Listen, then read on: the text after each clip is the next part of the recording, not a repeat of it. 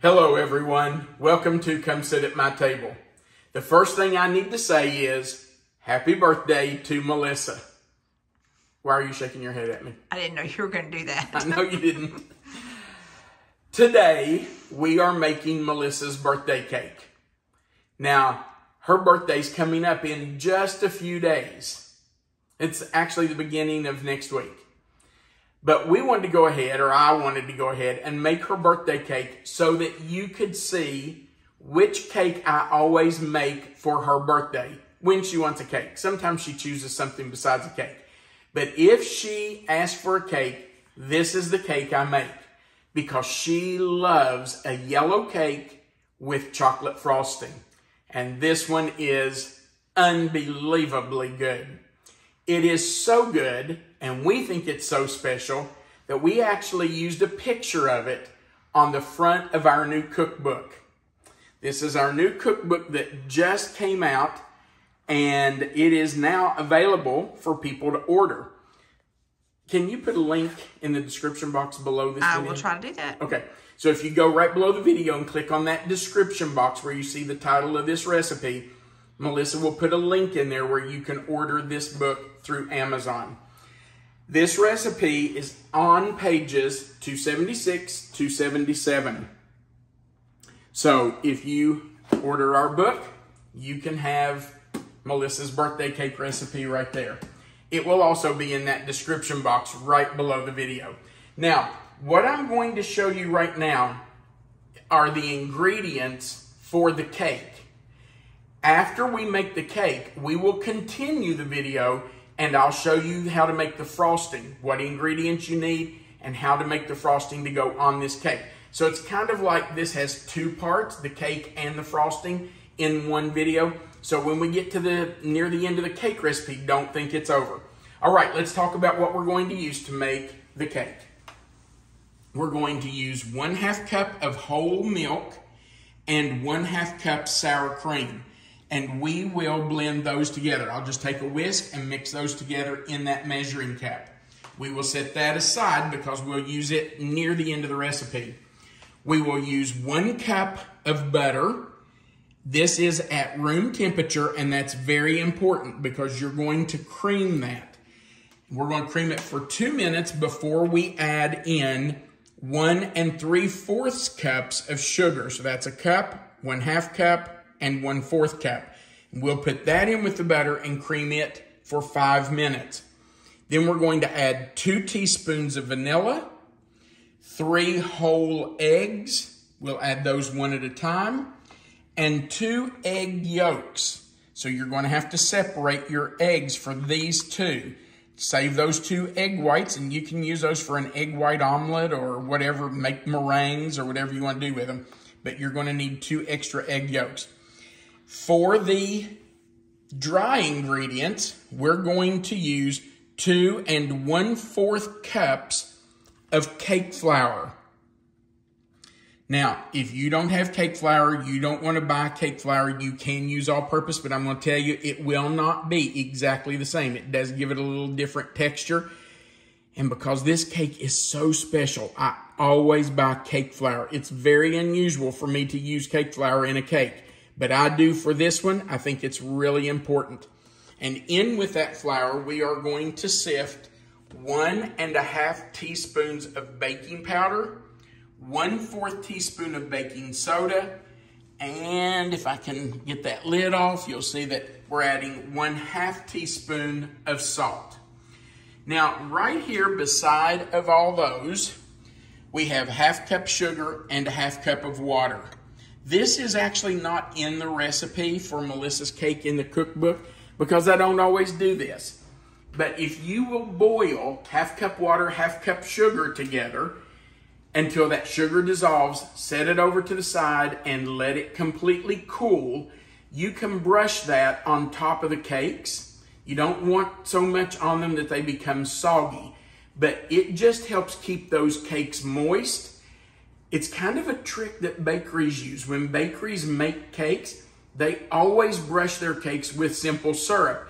That keeps the cake moist until they can get it frosted and sell it.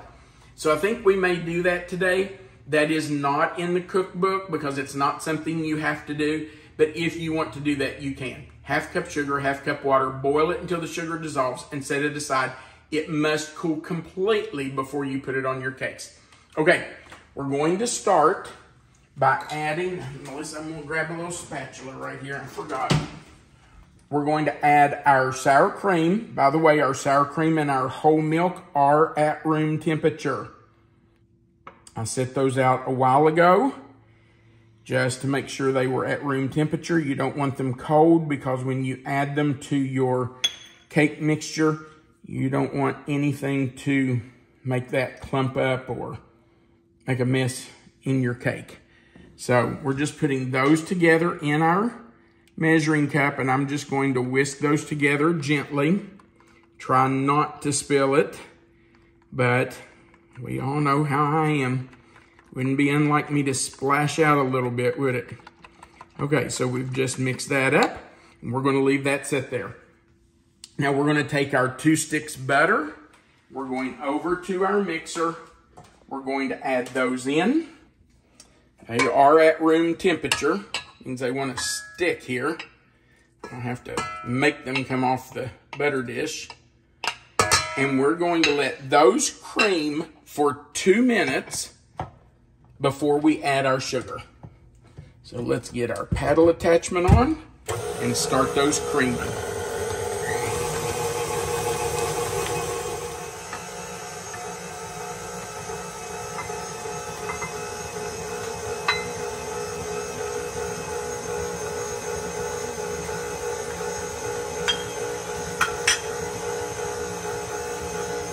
Now we've added our sugar, and that has to cream for 5 more minutes.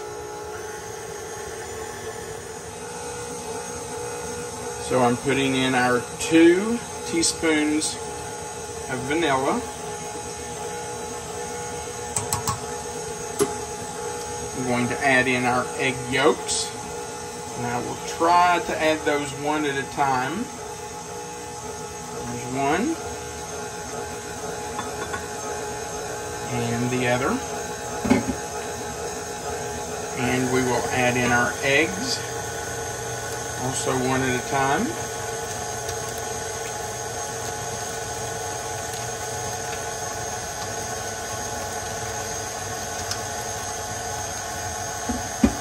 Let that mix for just a second, and then we will scrape down our bowl and let that continue mixing.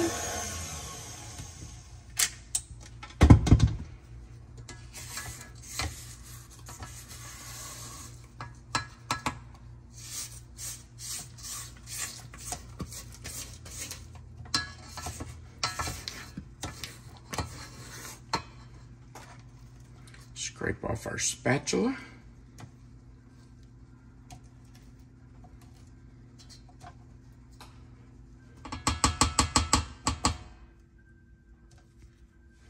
And let that continue to mix for just a couple more minutes. So I'm going to add our flour to our sifter. And along with our flour, I'm going to add our baking soda, salt, and baking powder. And we will sift that together. Such a cool little sifter. It is the coolest sifter.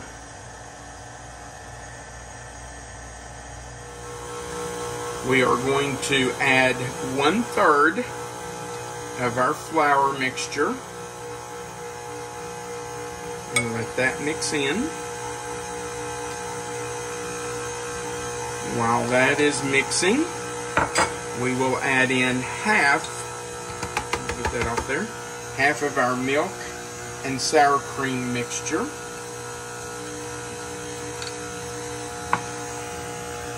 Let those combine. Now we will add another 1/3 of our flour mixture.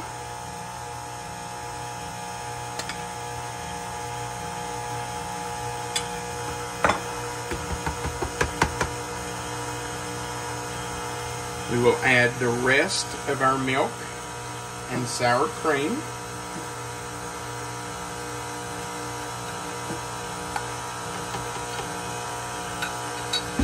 And finally, we will finish with the rest of our flour mixture.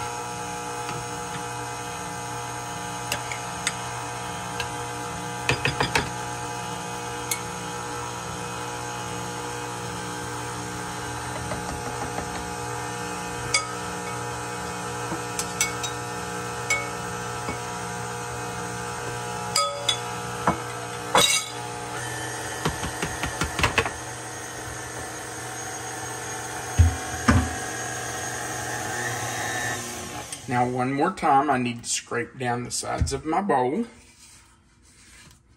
Mainly just up here around the top where we have had some flour splash up.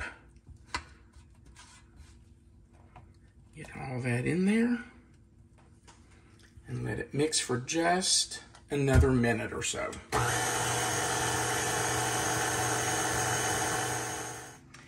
Before I put my batter into my two 9-inch round cake pans, I am going to put on my cake strips. Now, if you don't know what cake strips are and you bake cakes, you really need these. These are just cloth strips with Velcro on them that you can wrap around a cake pan. I turn mine upside down. Just wrap it around. You've soaked it in water first. It has been soaked for about an hour in water. I Velcro them together, turn them over, and my pans are ready to fill. Now, why would I use cake strips on there?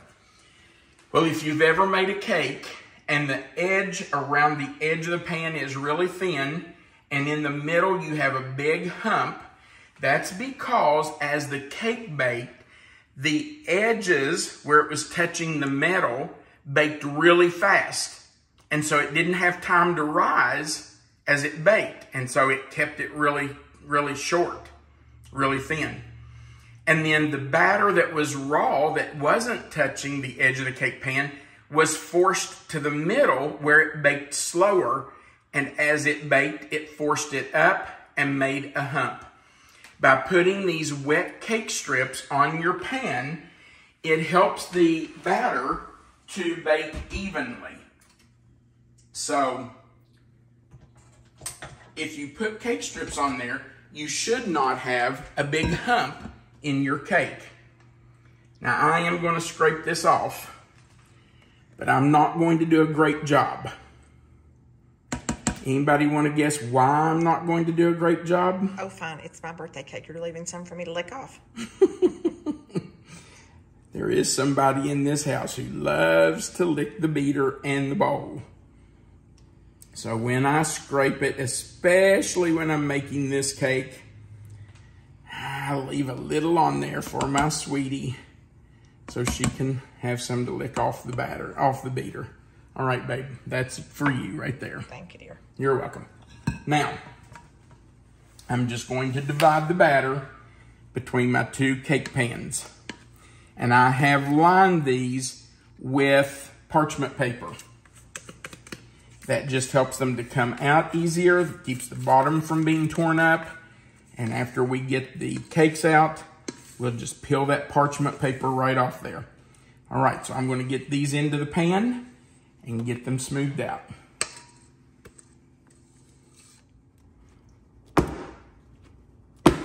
We want to drop the cakes from about 3 inches above the counter just to settle the cake batter and remove any air bubbles. Now we're going into a 350-degree preheated oven for 28 to 35 minutes or until the center of the cakes are done. In we go. The cakes are in the oven baking, and while they're baking, I'm going to make my simple syrup. Again, this is not something you have to do. I've added my ½ cup of water to my pan. I'm adding my ½ cup of sugar, and we will bring that to a boil. Let it boil until that sugar completely dissolves. It won't take but just a couple of minutes. Then we will remove it from the oven, from the stove, and we will let it cool completely before we put it on the cool cakes. So the syrup has to cool, the cakes have to cool, and then we'll brush on some of this. You may not use it all because you don't want your cakes to be soggy. You don't want it to soak in. You just want enough on it that it keeps your cakes moist. So we will get this boiling and then let it cool. Our cakes have cooled. Our simple syrup is cool. So I'm just going to take a brush and brush some of the simple syrup right on top of it. We can actually do this several times just so it soaks down in, seeps down in there a little bit. They're nice and level. The cake strips did their job. They keep the edges of the pan cool because they've been soaked in cold water. So the outside of the cake does not bake before the middle of the cake. And that keeps your cake nice and level on top. So we will just continue to brush our cakes with our simple syrup. You do want to use a brush that has very soft bristles because you don't want to tear up the top of your cake. So just brush it generously. You don't want to soak it in there, but just let it seep down in there a little bit, and then you can come back and do another layer. Now that our cakes are cooled and we have put the simple syrup on them, let's talk about the frosting. To make our chocolate buttercream frosting, we're going to start with 4 ounces of a semi-sweet chocolate baking bar.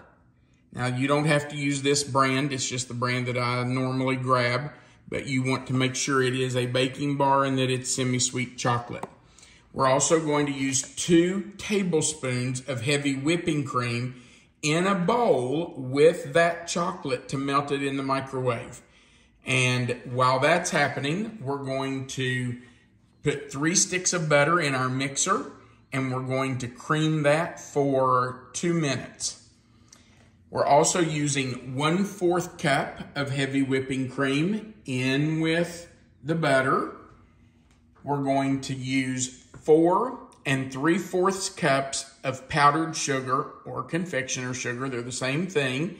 And we will sift that with 1/4 cup of cocoa. This is unsweetened cocoa. 1/4 of a teaspoon of salt and 1 teaspoon of espresso powder. Now, I can already hear somebody say, do I have to use the espresso? Can I leave it out? Sure, you can leave it out. The espresso does not give it a coffee taste. You are never going to know it's in there, except that it really enhances the flavor of the chocolate. It just makes the chocolate more chocolatey.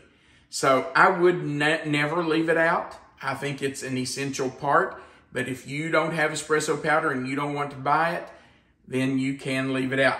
I can just tell you, it's really good to put in brownies and frostings and anything chocolate that you're making like that. Okay, so we're going to start by putting our butter in our mixer and let that start creaming. Let's go over to our mixer and add the butter. And we will get our paddle attachment on and let that start to cream. Lock that down. And now, while that's creaming, we're going to come back over and break up our chocolate bar.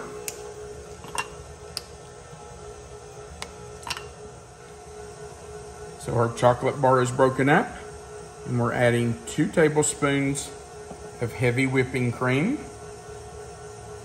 And now we will microwave that in 30-second increments until it is melted. This is after about 45 seconds in the microwave. You can see that the chocolate has melted and we have incorporated the heavy whipping cream. Now we're just going to let that cool for a few minutes while we add the 1/4 cup heavy whipping cream to the butter.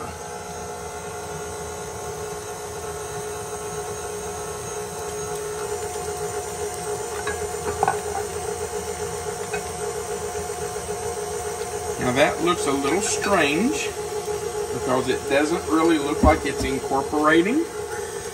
It'll get just a little soupy, and then it'll come back together. Now, while we're letting that run and letting that whipping cream incorporate, we're going to sift together the other ingredients.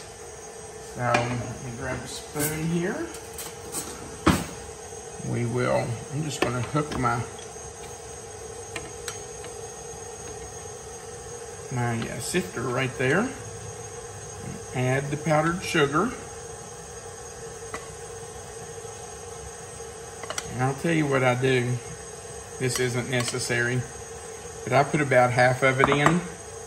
Then I put in my chocolate, my salt, and my espresso powder.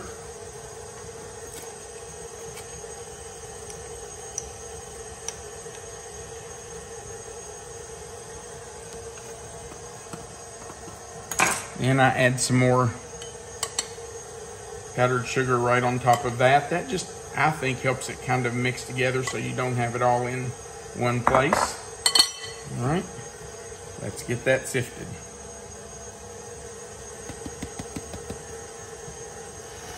All right, we have sifted our powdered sugar, cocoa, salt, and espresso powder. Now we're going to add that to our butter and whipping cream mixture. We just want to let that get blended in. We'll continue to add it. And once it's all in, we are going to switch to our whisk. Now we need to add our chocolate bar that we melted with a little bit of heavy whipping cream. And after we get this incorporated, by the way, I have switched to the whisk. After we get this incorporated, if it feels a little too thick for spreading consistency, we can add in 1 or 2 teaspoons of heavy whipping cream at a time until it's at the consistency that we want for our cake. Let's get this incorporated. All right, we've taken our first cake out, and you can notice that I did put the top side down on our plate. I always put the bottom one, top of the cake, down onto the plate. I will tell you, I am not great at frosting cakes. It's just not one of my specialties. But you know what? I figure as long as the frosting gets on there, it's going to be good. I don't think anybody's going to complain, honey. You don't think so? Absolutely not. It is such a delicious cake. Okay. Well, I probably need to take a class on frosting cakes, but it's just not ever been something I was good at or something I enjoyed. All right, let's put just a little more on there. I like a thick layer of frosting in between the cakes, and sometimes I overdo it. I have had people say, my goodness, that's a lot of frosting between the cakes. Well, that's because I like a lot of frosting between the cakes. So I have a tendency to overdo it a little bit. Pass that along to our youngest daughter, too. Yeah, I did. She's a big fan of icing on cake. Yeah. When she got married, do you remember what she told the lady that made the cake? Lots of icing. Extra icing, probably. She said, I don't care what the cake is, as long as it has tons of icing on it.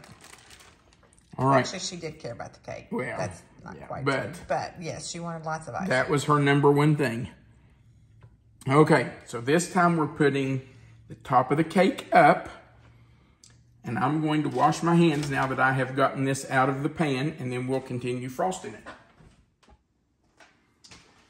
All right, let's have a piece of birthday cake. Happy birthday, baby. Thank you so much. I'm very excited about this cake. And yes, that's a big piece. I did cut a piece. We're gonna share this one. Hope I can get the first one out of there. And there's so pretty. Melissa's birthday cake. Well, I don't know if it's pretty. It is. Let's get the look inside of it. Okay. Nicely done. Happy birthday to me. Thank you, dear. You're welcome, babe. I hope you enjoy it. I will. Of Not course, every bite. I cannot say I'm going to enjoy it. I'm going to have to share this with my friends and family, but yeah. And as always, you get the first bite. oh yes. But guess who gets the second bite?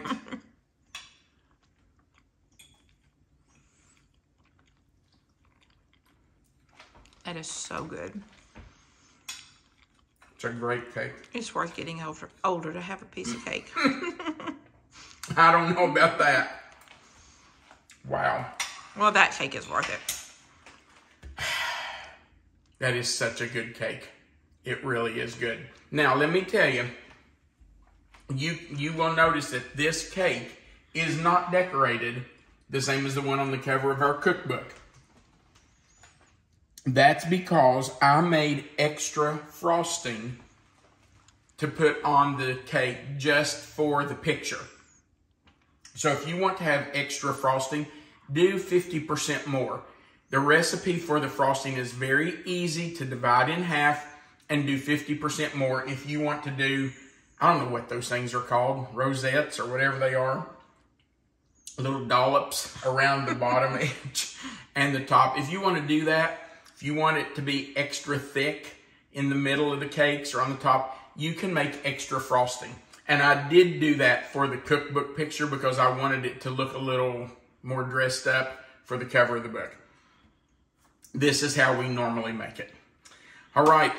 Thank you so much for watching. We do appreciate that you were here for our video. Remember that right under this video, you can click that thumbs up button. That's the like button. There's also a share button. You can share this to your own social media. If you have never clicked the subscribe button below the video, we sure would appreciate you doing that.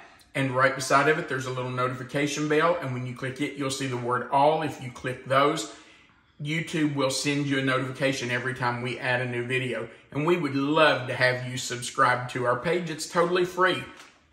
It's very easy to do. Just click subscribe, the little notification bell, and the word all. Also, right under this video, you will find the description box, and it will have the title of this recipe. It will say Melissa's birthday cake. If you click anywhere in that box will expand. And in that box, you will find the written recipe. Melissa always puts the typed recipe right there for you so you have it written out.